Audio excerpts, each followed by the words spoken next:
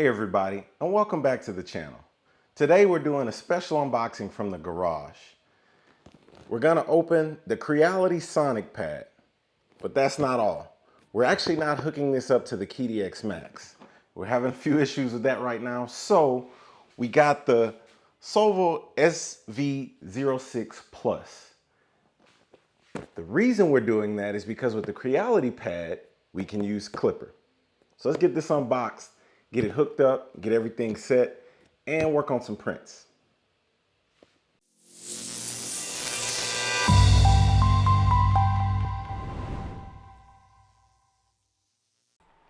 All right, so I'm just gonna do a quick voiceover while we speed through this Creality Sonic Pad unboxing.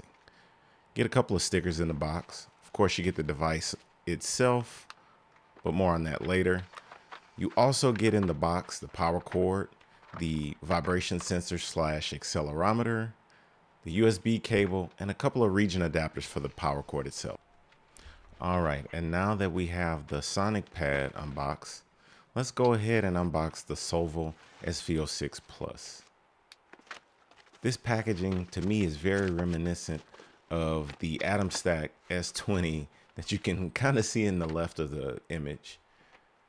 Nice that they give you a free white spool of PLA.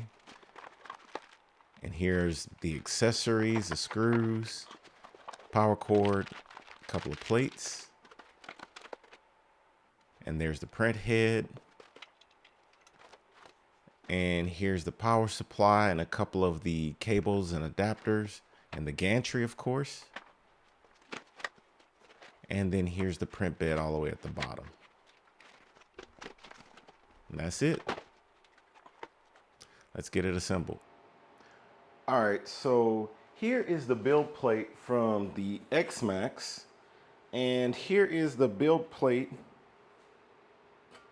from the Sovol. So we do have a little bit more build plate surface, which will come in handy for some of the projects that we want to work on.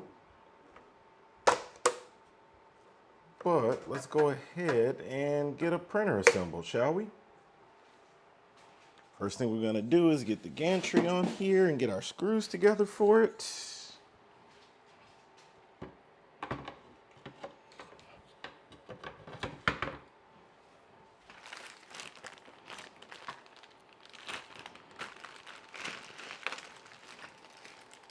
One thing I noticed already, which is kind of cool, is they actually give you the step-by-step sorted screws. That is amazing. Now, if that's not customer service, I don't know what it is. I mean, knowing that these are the screws I need for step one, that's pretty cool. So we're gonna set those right there.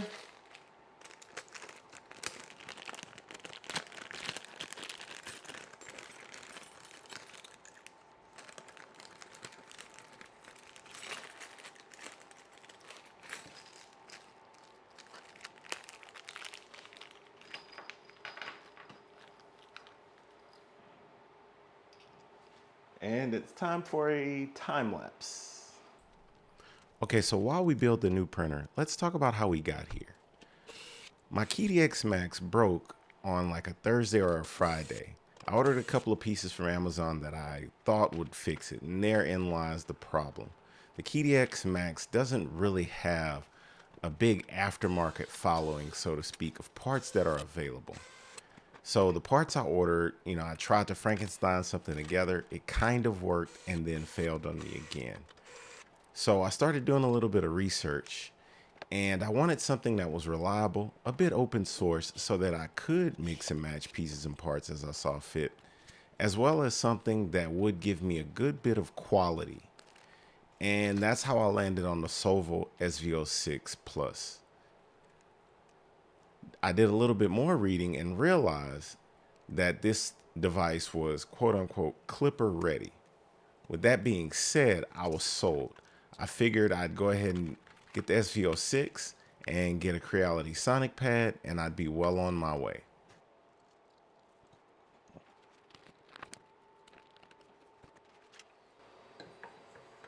And this one actually has a filament runout sensor, which I did not have before. So that'll be nice. So I ordered the SV06, went out of town, and it arrived on a Sunday afternoon. So here I am building it on a Sunday night. Talk about dedicated, man. We may look at replacing this one with one that actually tells you how much filament is on the spool. We'll see.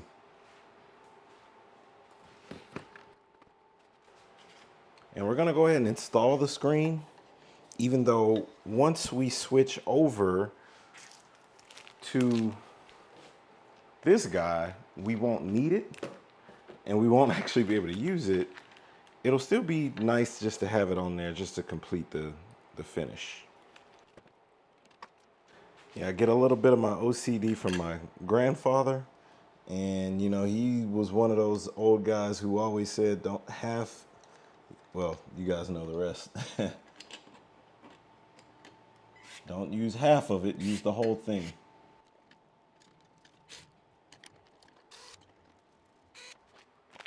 On second thought, I may leave it off because I'm considering, well, no, we'll go ahead and slap it on there just to get it set up.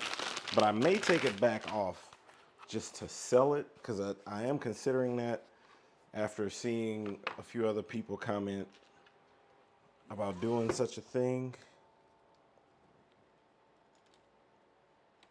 We shall see, though. I do like how everything, all of these, I know it's kind of hard to see, I may do a little close-up. All these connectors are exactly where they need to be, and they can only go in one place. And they're all different sizes as well, so it's kind of hard to put them in the wrong spot. And with the SV06 being a Prusa clone, that opens up a world of possibilities, including a lot of things that I can actually make myself with the actual 3D printer. So sort of like printer inception. First thing I'm going to make is actually a mount for a webcam, which allows AI integration through the Creality Sonic Pad. All right, and just like that, we are out of parts. That took us about, what, not even a full 20 minutes? That's pretty impressive. So the next thing we need to do, flash the firmware on this, well, probably update the firmware on this, flash the firmware on that, and then we should be ready to start printing. I'm gonna do a test print with this guy, well, an experimental prototype print with this guy, just to make sure it works. And I actually need that print before I upgrade the firmware on here. So we're gonna go ahead and switch over and do a couple other things in the background, and then we'll flash this and update the firmware on here so you guys see how we do that. Okay, so now that we have everything built out, we're ready to go ahead and hook up the Creality Sonic Pad to the Sovol SV06 Plus. I went ahead and moved it into my office just to put it in place of where my existing QiDi X Max was for the time being. So once you get it plugged up and it starts to load into the menu, you'll be presented with the option to choose your language. And then of course, there's the privacy policy that you're gonna have to scroll through. And then it gives you the option to go to the next screen, select your region. And then of course, if you're not hardwired, which we're not hardwired here yet, go ahead and select your Wi-Fi and set that up. And then next you get the option to name your Creality Sonic Pad. I didn't see this change the host name on my network, so this is more arbitrary. I think it only really shows this name in the instance of Klipper that you're running, whether you're running Fluid or Moonraker. This device actually can run both. So I'm pretty sure once you log into the web GUI, you'll see this name presented here. And this probably only really matters more so if you're running multiples of these or doing like a print farm off of multiple Sonic pads. And if you are, you're probably not watching this video. If you are, then cool. But yeah, so that'll be what gets you to this next step. And now we are ready to flash the firmware to the printer. So now what we're gonna go ahead and do is take our micro SD card with the bin file for the printer configuration and load it into the printer. Now you can actually do this from between the Sonic Pad and gathering the name of your device to find out, you know, what hardware it's running to be able to create the firmware in the bin file. But I did a little cheat and I used a YouTube video that I saw online for exactly this. So I'll go ahead and post that in the comments below. There is a few things I worked out from their explanation and my own intuition that I'll get into here in a second. This part only takes about 10 seconds. Of course, I like to give it a little longer. You won't see anything happening on this screen. You just gotta kind of trust that it worked and go through the motions. So, you know, I gave it about a good 30 seconds before I shut it off. So I actually did reflash the factory bin file just to make sure I could go back and forth, and you can. So if you're done with this part, just go ahead and turn it off, and then we're gonna go to the next part. So for the next part, if you haven't already gotten to this point on your Sonic Pad, you just go ahead and turn the SV06 back on after you take the memory card out. I probably should have mentioned that first. And if you're not using an Ender 3D printer, you're gonna select other models and select next. And then you have to put the USB stick with the printer config, which we have hanging off the left hand side of the Sonic Pad, into the Sonic Pad. And then it detects the printer.config file and it asks if it's loaded. And then the next step, here's where, and there's why there was a bit of a cut between the two. You actually load the config and connect to the printer. If you notice, I now have a USB port into the first port on the side of the Sonic Pad. That's actually the USB cable going into the Sovol SV06. So in the YouTube video that I watched, the person explaining it did mention that you could change which port the printer uses, but you can't change that until after you've configured the Sonic Pad to recognize the printer and log into the GUI. Otherwise, you may have to do that by SSHing into the Sonic Pad if you have the capability to do that. But it's easier just to plug in the port 1 for now and plug in the USB port into port 2. And then at this point, you're now gonna go through the calibration and just basically the post test of getting everything installed just to check that everything is working as it should. The first step is it checks the throat fan, and then it actually does a probe calibration both for travel distance as well as to check the bed for levelness. Now, some of you may not be aware, but no print bed is actually 100% level. So you do a calibration basically just to verify that the bed with its minor imperfections, which could be millimeters, and millimeters matter when you're 3D printing, it just basically does a level for that, which is pretty cool. And it'll show you basically a layout of how level and or unlevel your bed is, and I'll throw that up on the screen here in a second.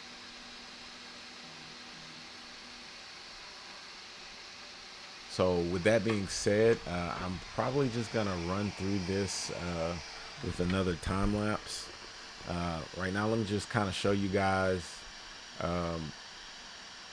how far, like the probe actually isn't actively touching the bed. It gets real close, and to my knowledge, it's kind of sort of mapping the heat from the bed, so it doesn't actually touch. And you calibrate the z-axis based on that, and then the probe just kind of goes to work from there based on how high or low it is. Boy, this is a terrible angle. Wish I would have caught this when I was recording. But just the probe actually, the little blue dot there is the probe. It kind of scans the bed as it moves around.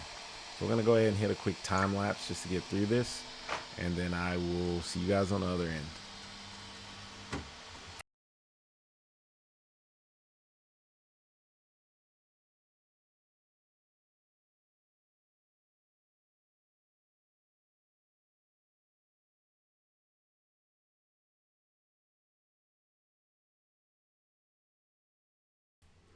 All right, so at this point you can see the bed level report.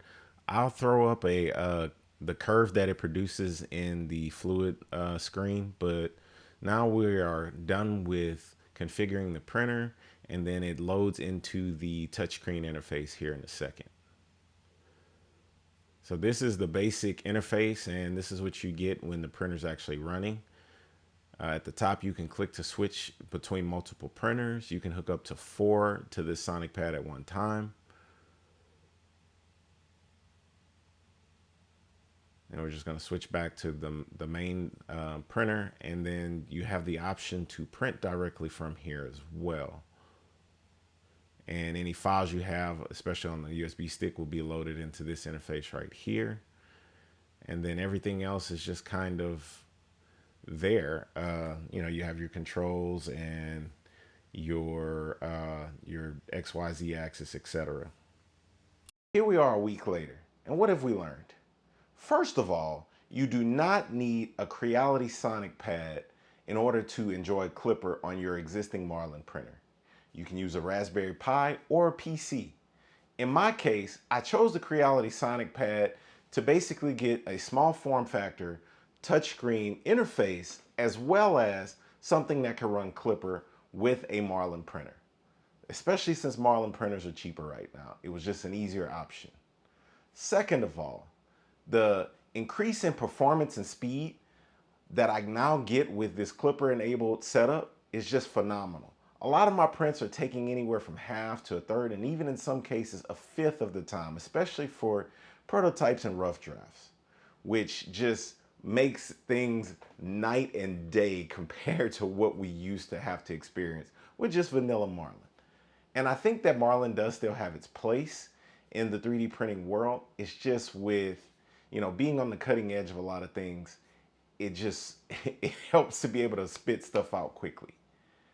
Third of all, I still feel like my QiDi X Max is my first love. I'm not saying anything bad about it. It brought me into 3D printing, and I do intend to fix it. It's just that right now, being able to get parts for something that's open source and easy to source parts for, especially since it's pretty much a Prusa clone, I can upgrade this thing on the fly and get parts sent next day through Amazon or even at my local Micro Center for some things, which is incredible.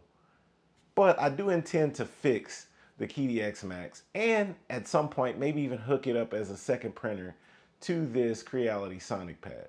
But that'll be once, you know, I get a better space to set everything up in and play around with a couple of features and upgrade and fine tune the QiDi X Max just based on some forums I've seen and stuff like that. But in the next video, my intent is to actually show you guys my thought process on how I do some of my prototyping and 3D modeling using Tinkercad, which is free and for the most part open source. All you need is an account and you can start making stuff today. But we'll cover that in the next video or a later video. If you like stuff like that, make sure you like and subscribe and click the bell so you get notifications anytime I post new content like this. See you guys on the next one. Later.